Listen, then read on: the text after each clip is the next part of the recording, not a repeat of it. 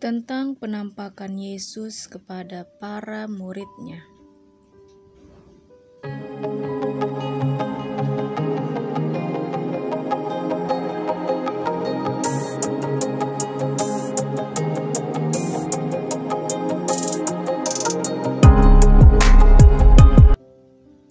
Ayat kontradiksi di Alkitab, yaitu 1 Korintus 15 ayat 5 dengan Markus 16 ayat 4. Dalam 1 Korintus 15 ayat 5, bahwa ia telah menampakkan diri kepada Kefas dan kemudian kepada ke-12 murid-Nya.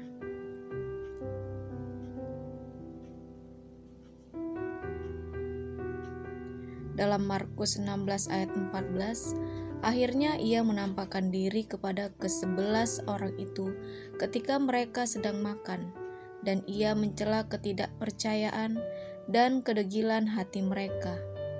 Oleh karena mereka tidak percaya kepada orang-orang yang telah melihat dia sesudah kebangkitannya.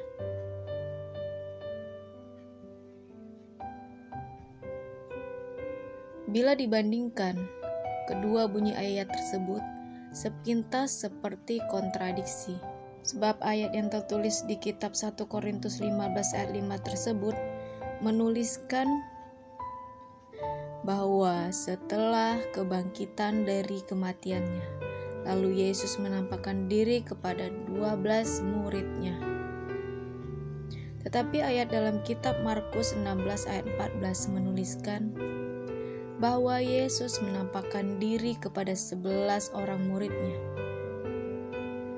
Bila kita pelajari dengan lebih seksama, sesungguhnya bunyi penjelasan dalam kedua ayat tersebut tidaklah kontradiksi atau tidak saling bertentangan. Sebab kedua ayat tersebut menjelaskan berdasarkan dari sudut pandang waktu yang berbeda. Inilah penjelasannya. Dalam kitab Markus 16 ayat 14 dan di beberapa ayat lainnya menuliskan bahwa setelah Yesus bangkit dari kematiannya, lalu Yesus menampakkan diri kepada 11 orang murid-Nya dan juga kepada banyak orang lainnya. Dalam ayat tersebut dituliskan bahwa Yesus menampakkan diri kepada 11 orang dan bukan 12 orang murid. Sebab pada saat penampakan Yesus tersebut, Yudas Iskariot sebagai salah satu dari 12 murid utama Yesus telah mati bunuh diri setelah merasa bersalah mengkhianati Yesus.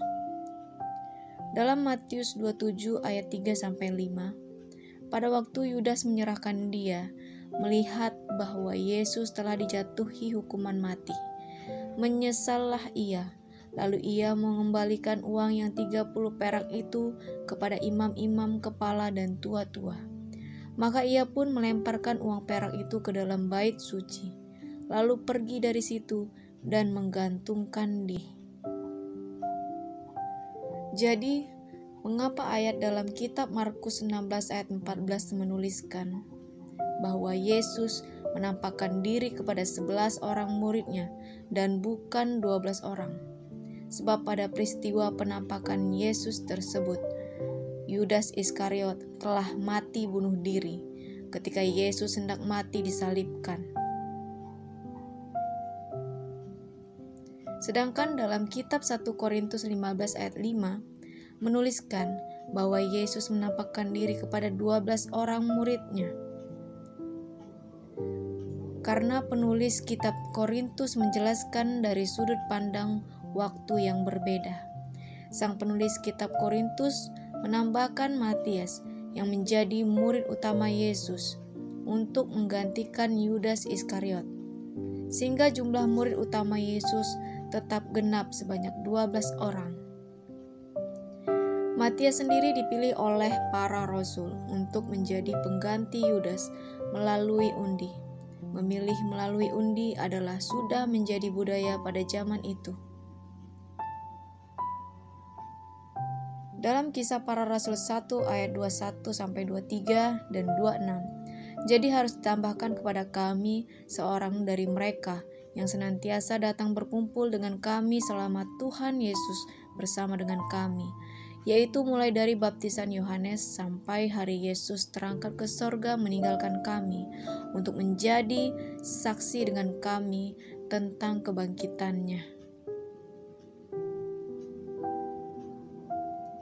Lalu mereka mengusulkan 2 orang, yaitu Yusuf yang disebut Barsabas dan yang juga bernama Yustus dan Matias.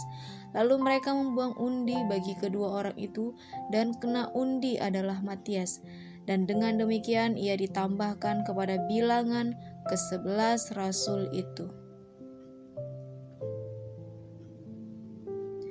Dengan sangat jelas, bunyi ayat tersebut menuliskan bahwa Matias sudah sering ada bersama-sama dengan para murid utama Yesus. Mulai dari waktu baptisan Yohanes sampai hari di mana Yesus terangkat kembali ke sorga. Dan itu artinya bahwa meskipun pada saat itu Matias belum diangkat menjadi 12 murid utama Yesus, tetapi Matias juga telah mengalami peristiwa penampakan Yesus. Juga bunyi dalam ayat tadi menegaskan bahwa pengalaman mengalami penampakan tinggal bersama dengan Yesus juga adalah bertujuan untuk menyaksikan saksi bersama dengan para murid Yesus lainnya tentang kebangkitannya. Jadi bunyi ayat dalam kitab 1 Korintus 15 ayat 5 yang menuliskan bahwa Yesus menampakkan diri kepada 12 muridnya. Hal itu tidak bertentangan atau kontradiksi dengan bunyi ayat lainnya yang menuliskan bahwa Yesus menampakkan diri kepada 11 orang muridnya. Sebab sang penulis kitab Korintus menceritakan dari sudut pandang waktu yang berbeda, yaitu telah memperhitungkan bahwa Matias telah menjadi bagian dari 12 murid utama Yesus. Dan faktanya, Yesus menampakkan diri setelah bangkit dari kematiannya selain kepada 11 orang muridnya. Namun Yesus juga telah menampakkan diri termasuk kepada Matias dan yang lainnya. Seperti yang telah diungkapkan oleh Rasul dalam bunyi ayat tadi, sebelum mereka memilih Matias.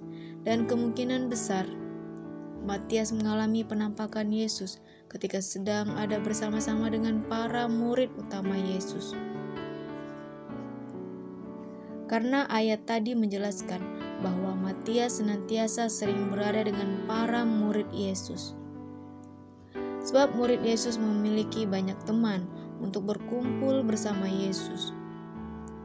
Mereka adalah sekumpulan orang-orang percaya yang telah menerima Yesus.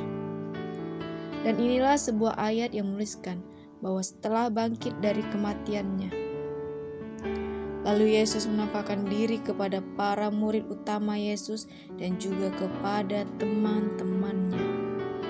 Tertulis di Lukas 24 ayat 33-36. Lalu bangunlah mereka dan terus kembali ke Yerusalem.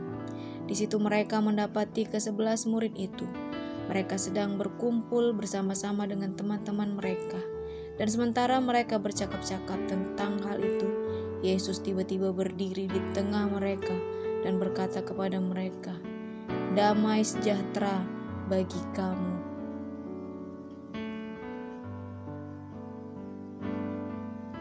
Saudara terkasih, terima kasih sudah menyimak video ini. Kiranya bermanfaat bagi kita semua. Shalom, Tuhan berkati.